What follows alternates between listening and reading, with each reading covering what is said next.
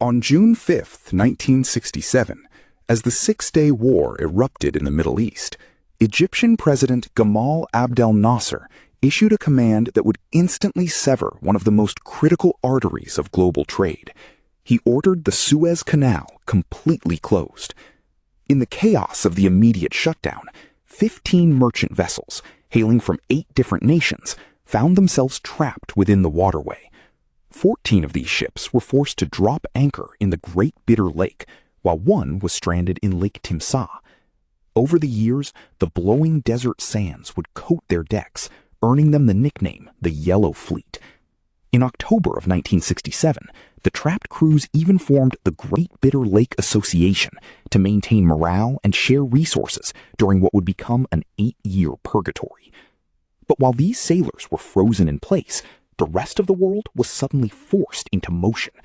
A vital shortcut connecting east and west had been erased from the map, and the shipping industry was about to undergo a radical, unprecedented transformation to survive. To understand why this sudden blockade triggered a revolution in naval architecture, we have to rewind slightly.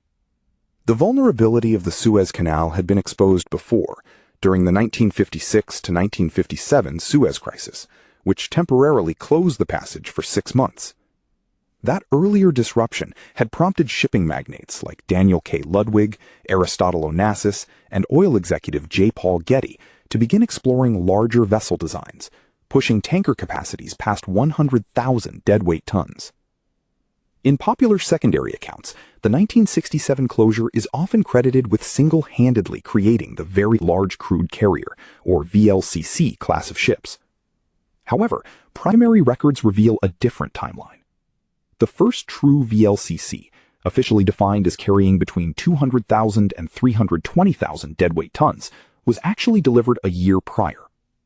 In 1966, the Japanese shipyard and oil company Idemitsu launched the Idemitsu Maru, a Leviathan carrying 209,413 deadweight tons. The technology for massive ships already existed. What 1967 did was provide the ultimate, unavoidable catalyst that accelerated their adoption across the globe. When the canal was shuttered indefinitely, the international shipping industry faced a logistical nightmare. Vessels moving crude oil from the Persian Gulf to Europe could no longer slip through the Mediterranean. Instead, they were forced to reroute entirely around the continent of Africa, navigating past the treacherous Cape of Good Hope. This colossal detour added approximately 5,000 miles to the journey, increasing travel times by 10 to 14 days in a single direction. The global supply chain was stretched to its absolute breaking point. Average global haul distances for crude oil and product movements surged, increasing from 4,775 miles in 1967 to 6,651 miles by 1977. The financial toll of this geographic penalty was staggering. A 1973 United Nations report calculated that the Suez Canal closure cost the global economy nearly $8 billion in increased shipping costs. Furthermore, it resulted in $4 billion in lost export growth for East African and Asian nations, who found themselves effectively cut off from their primary markets by the soaring price of transport. The sheer expense of the Cape of Good Hope detour fundamentally altered the mathematics of global trade. The increased distance and extended travel times meant that traditional, smaller tankers were now bleeding money on every voyage, rendering them economically unviable. The industry realized that the only way to survive the closure was to ruthlessly adopt economies of scale, maximizing the payload of every single trip to drive down the per-barrel shipping costs. This desperate economic imperative sparked a massive ordering boom for supertankers. Between 1968 and 1973, global tanker ton-mile demand increased by an astonishing 21.4% annually. The shipping world needed more volume, and it needed it fast. Enter a new breed of visionary entrepreneurs, like Ravi Tiku, the founder of Globetic Tankers Limited. In 1971, Tiku announced the commissioning of the Globetic Giants, pushing the boundaries of what was considered physically seaworthy. The industry was moving entirely past the VLCCs and giving birth to the ultra-large crude carrier, or ULCC, a new classification reserved for mammoth vessels carrying well over 320,000 deadweight tons. Building ships of this unprecedented magnitude required a complete reimagining of naval construction. Japanese shipbuilders rose to the challenge, pioneering advanced manufacturing techniques that would define the modern era of the industry.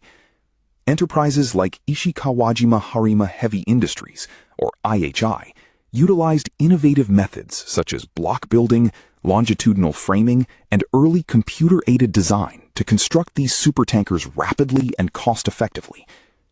In 1968, IHI delivered the Universe Ireland, a massive ship boasting 331,825 deadweight tons, marking the world's first true ultra-large crude carrier. As the shipping boom intensified, naval architects dreamed even bigger. Throughout the 1970s, engineers drew up highly speculative designs for ships capable of carrying 1 million deadweight tons. However, despite the boundless optimism of the era, none of these million-ton concepts were ever actually built. The absolute peak of supertanker size was eventually realized with the construction of the Seawise Giant, which topped out at an astonishing 657,000 deadweight tons. As the supertanker arms race reached its zenith, the geopolitics of the Middle East violently shifted once again. During the 1973 Yom Kippur War, the Suez Canal became a frontline battlefield. In the crossfire, the stranded American vessel African Glen, part of the original Yellow Fleet, was sunk directly in the waterway. That same year, the OPEC oil embargo triggered a massive crash in global oil transport demand, abruptly ending the great supertanker ordering boom. Finally, on June 5, 1975, exactly 8 years to the day after Gamal Abdel Nasser ordered it closed, the Suez Canal was officially reopened to international traffic. The surviving vessels of the Yellow Fleet were finally freed from their desert prison, though most had to be towed away after enduring years of relentless decay. The waterway was clear, and the vital shortcut was restored. The reopening of the canal brought a harsh reality check to the era of the Leviathans. The ultra-large crude carriers, born out of the raw necessity of the long African detour, ultimately proved impractical for the normalized global supply chain.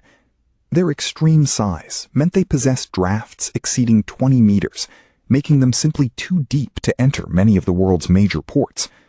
This required a complex and expensive process of lightering, where oil had to be offloaded onto smaller ships while still at sea. As a result, industry preferences naturally shifted back toward the slightly more versatile Very Large Crude Carriers. Yet the legacy of the Suez closure remains permanently etched into the steel of modern logistics. By trapping 15 ships in the desert and severing a global artery, geopolitical conflict forced naval engineers to conquer unprecedented scale, proving that when the map changes, human ingenuity will build whatever it takes to bridge the distance.